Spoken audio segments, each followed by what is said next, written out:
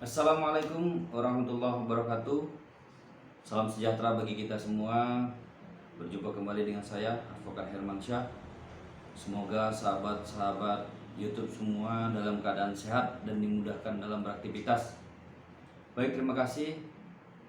Ada pertanyaan yang masuk ke komen saya terkait dengan permasalahan tanah, tentang surat tanah yang digandakan. Bagaimana penentuan hukumnya, cara proses hukumnya. Nah, dalam hal ini memang kalau kita bicara tentang tanah, banyak sekali permasalahan-permasalahan tentang tanah yang awalnya perdata maka akan berakhir pidana. Itu sering terjadi.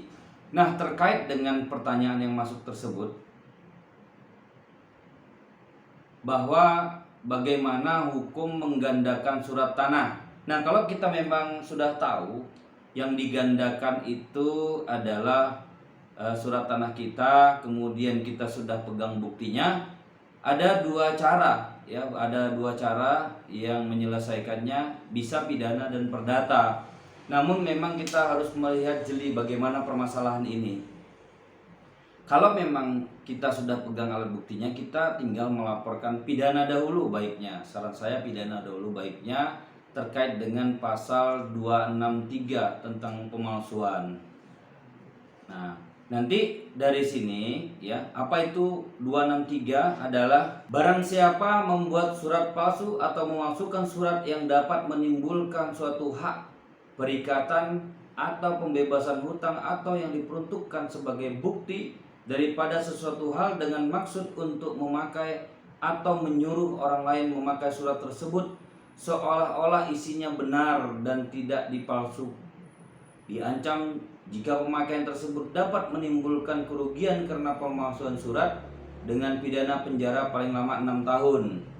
Nah, 6 tahun di sini berarti dalam prosesnya bisa dilakukan untuk penangkapan dan penahanan terhadap yang menggandakan surat tanah kita.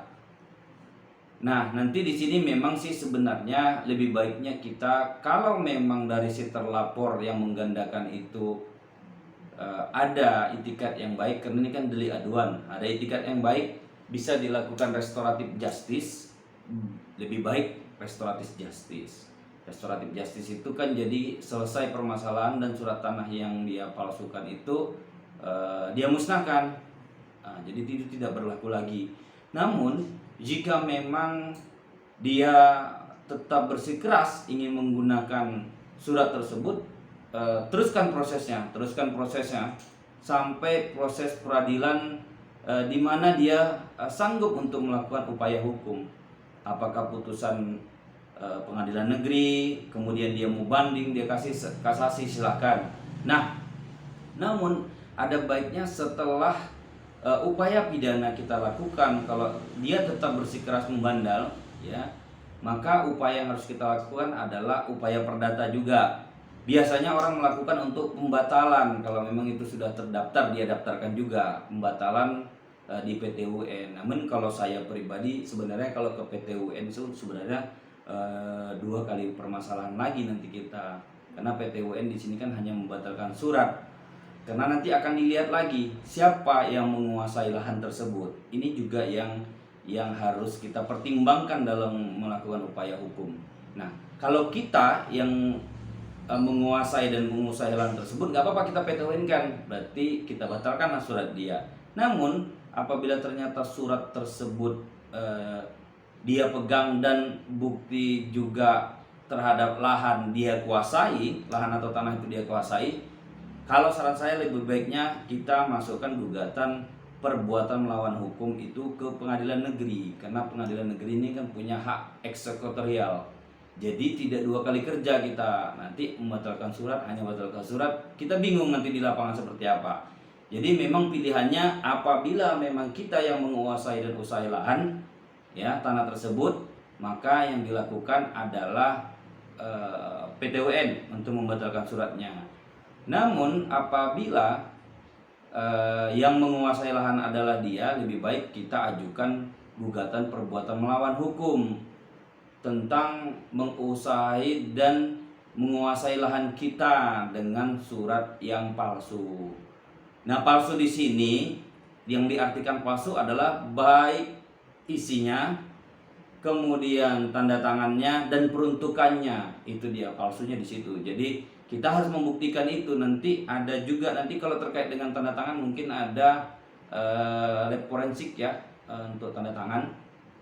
Jadi pastikan apakah itu tanda tangan kita atau tanda tangan orang tua kita itu adalah ahli waris. Itu panjang memang untuk masalah lahan ini. Memang harusnya nanti live ini bisa langsung untuk membahas ini, karena bukan hanya satu case dia. Kalau case-nya seperti ini, menyelesaikannya seperti ini, ada A, alternatif B, alternatif C, D gitu. Nah, nanti di sini juga ada terkait dengan 263, ada juga ayat 2-nya, diancam dengan pidana yang sama barang siapa dengan sengaja memakai surat palsu atau yang dipalsukan seolah-olah sejati jika pemakaian surat itu dapat menimbulkan kerugian. Nah, di sini apabila surat yang dipalsukan tersebut ternyata sudah beralih tangan. Nah, ini beda lagi. Ini berbeda lagi untuk menyelesaikannya. Maka yang kita laporkan adalah orang yang memalsukan surat tersebut dan mempergunakan surat palsu tersebut. Nah, jadi nanti si pemilik tanah yang ini ya memang harus ikut juga dalam hal ini. Kalau dia tetap bersikeras juga, dia sebagai turut terlapor. Kemudian nanti di dalam gugatan juga dia harus turut tergugat di sini untuk memenuhi pihak, karena nanti ternyata kan lahan itu sudah beralih hak dengan surat palsu. Nah, kalau dia akta autentik dia beda lagi, dia bukan ke 263. Kalau yang dipalsukan adalah akta autentik. Ya, ini bisa melibatkan notaris ini biasanya. Nah, ini masuknya ke 264, itu tentang akta-akta autentik. Jadi memang masalah tanah ini seperti saya bilang tadi panjang. Belum lagi nanti ada buat menempatkan keterangan palsu di dalam sebuah akta.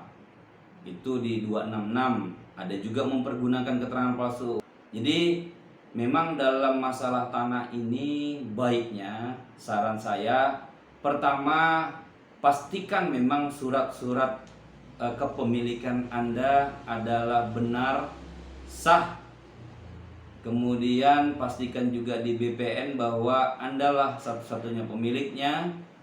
Kemudian lahan atau tanah tersebut dikuasai dan diusahai, minimal ada tanda-tanda himbauan di situ bahwa itu adalah lahan saudara, tanah saudara dengan plang mungkin, kemudian ditanam dengan tanaman keras kalau memang saudara dalam jangka waktu yang lama untuk datang ke situ dan tidak bisa memperhatikannya setiap saat. Jadi memang harus dibuat tanda-tanda seperti itu, plang nama, kemudian ada tanaman-tanaman keras. Dan kalau bisa memang sempadan Anda harus tahu siapa.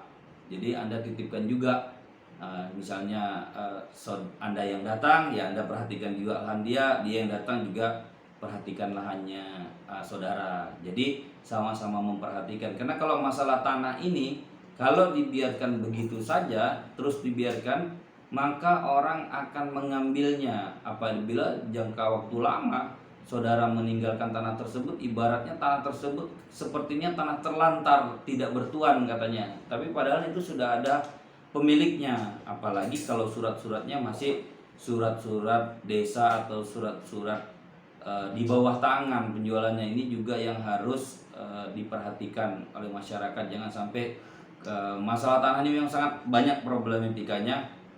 Mungkin kalau ada waktu nanti saya akan live juga nanti untuk di hari Sabtu atau Minggu, ya kita bahaslah tentang tanah ini, karena sangat banyak memang problematika tentang permasalahan tanah ini. Demikian dulu yang bisa saya sampaikan. Semoga sahabat-sahabat semua bisa dapat memahaminya. Yang belum paham silahkan komen, kita akan bahas bersama dan nanti kita akan mencari waktu untuk waktu yang live bisa lebih enak untuk membahas perkara. Itu dia, karena perkara ini nggak bisa sembarangan. Perkara ini apabila salah menyelesaikannya, maka salahlah semuanya. Kita ulangi lagi, itu dia gitu. Nah, terima kasih. Yang belum like dan subscribe silahkan like dan subscribe. Dan Assalamualaikum warahmatullahi wabarakatuh.